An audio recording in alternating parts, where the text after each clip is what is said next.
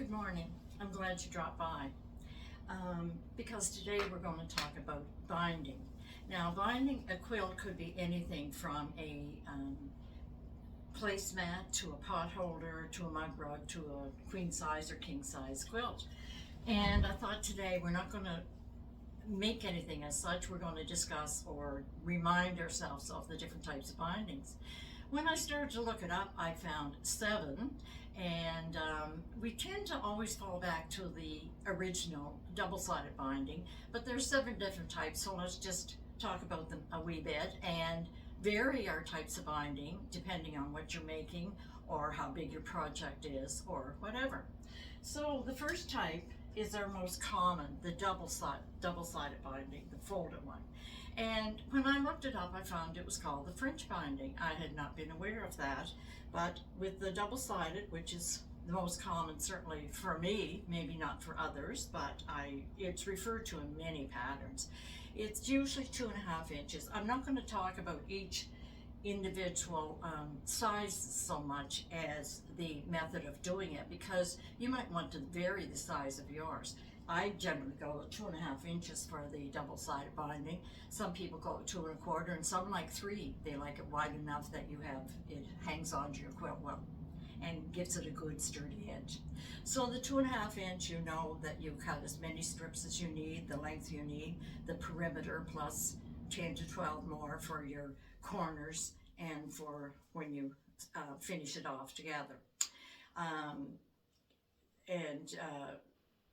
Once you have your length, you fold it in half. You attach it to, let's go with this one. Pretend this is your quilt and pretend this is not finished. You probably can't see it that it is, so that's fine. Take your raw edges, put it to the raw edges of your quilt. Don't start at the top. You don't want to have seams on the corner. You start it down about wherever you want, not near neither end. And go in 1/4 inch, sew all the way around, and flip it to the back and hand or machine stitch it on the back. And as I say, that tends to be the most common one, but certainly, and it's very serviceable. You have your 2 sides so that you can have lots of wear and tear, and it's not going to be hard on it.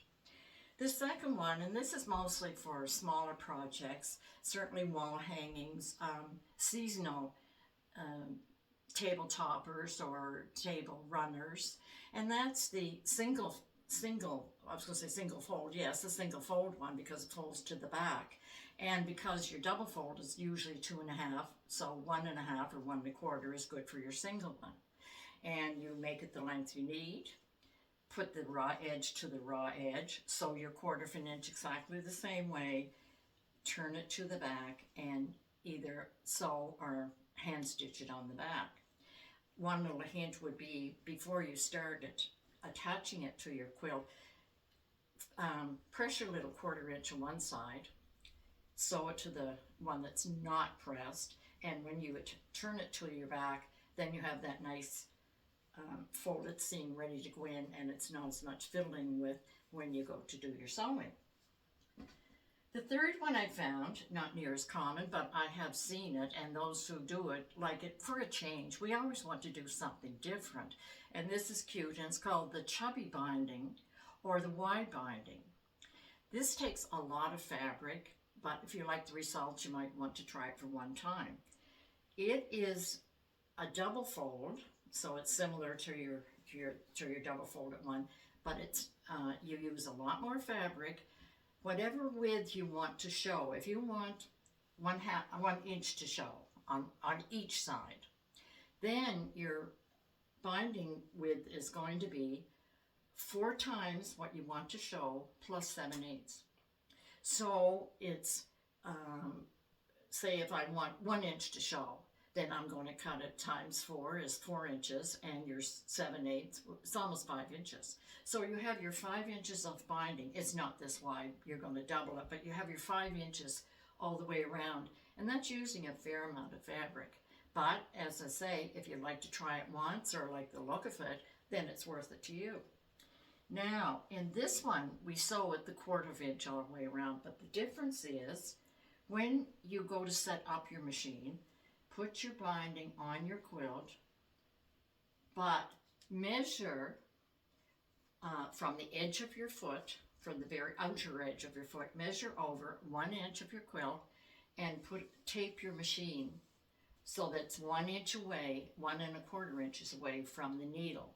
And that is exactly where it's going to sew. It looks a little odd, but that's what makes it fat. So you're going to sew the 1/4 inch, but you're going to mark it in, and the outside of your needle, your foot is at the outside edge here. Then you go over 1 inch, mark your machine with masking tape, painter's tape, whatever, because you're not used to seeing this, and you might slowly go in, and it won't be the full inch in. When you do your corners exactly the same way, but when you stop at your corner, remember you're in 1 inch, so you have to stop 1 inch before you normally would to give the fold for the corner.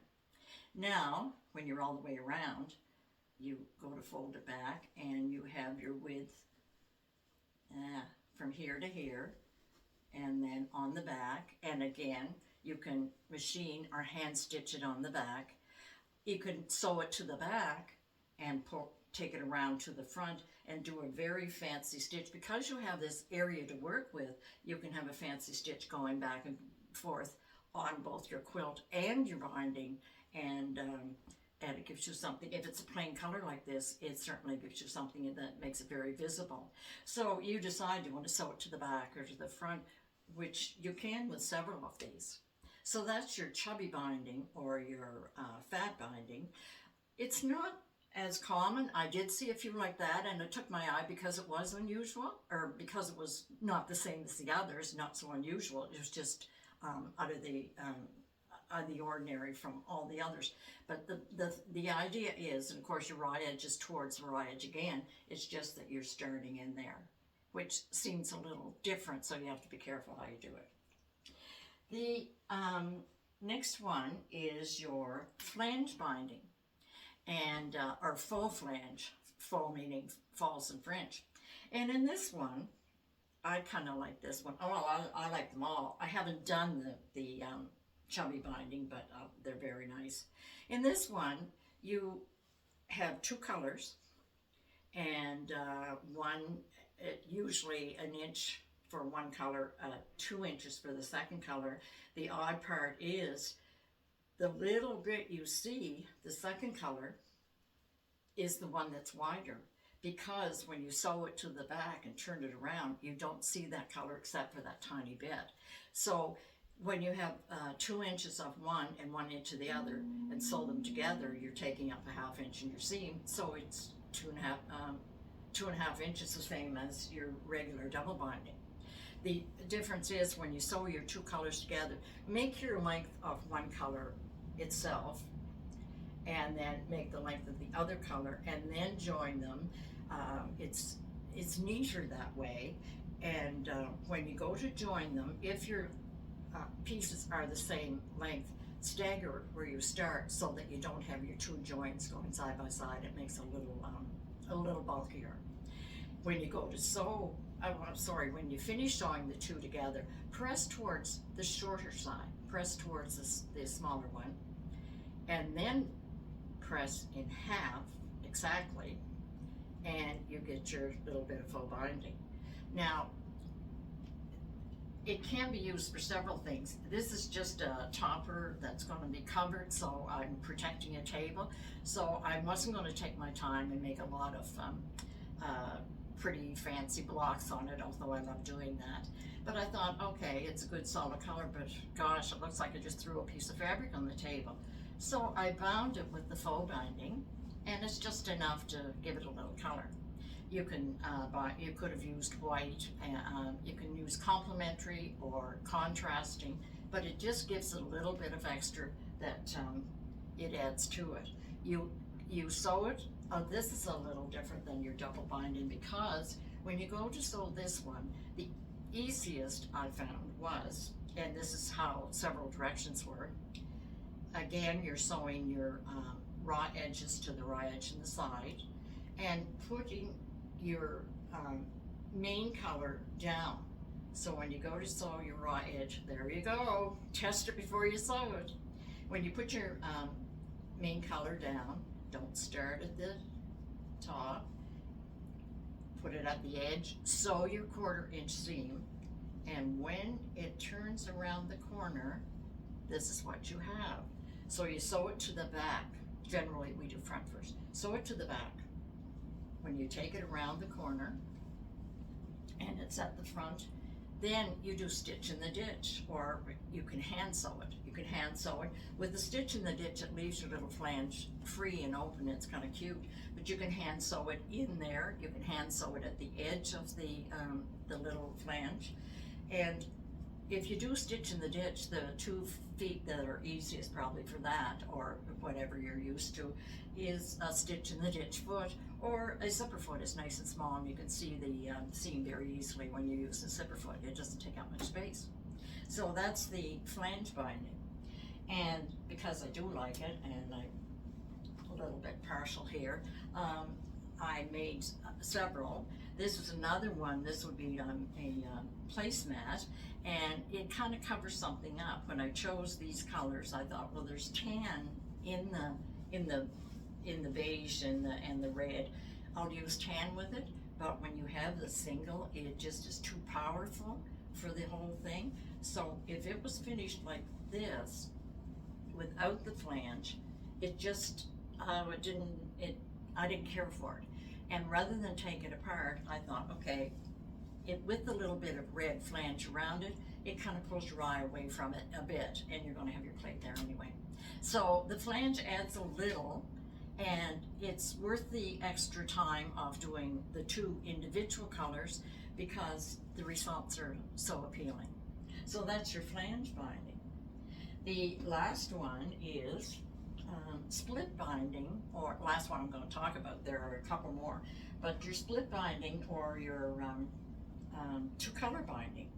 Now, this takes patience, but you'll be very happy with the results. And another placemat I thought I'd make for summer, because my kitchen has red and white in it, as you can tell, as all my friends know.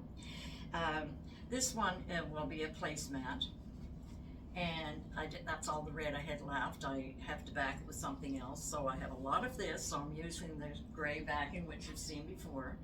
So I thought, well, I could put gray binding, and it would be okay, but I wasn't keen on it. And then I thought, well, I could put red, and that would be good. It would liven up the back, but a friend of mine and a fellow guild member made a split binding or 2-color binding, and I really liked the way it finished off. Each one was its own binding, and so we'll talk about it for a bit. Again, you take your 2 colors. Your pattern or your directions or your YouTube video is going to tell you the dimensions for your 2 colors.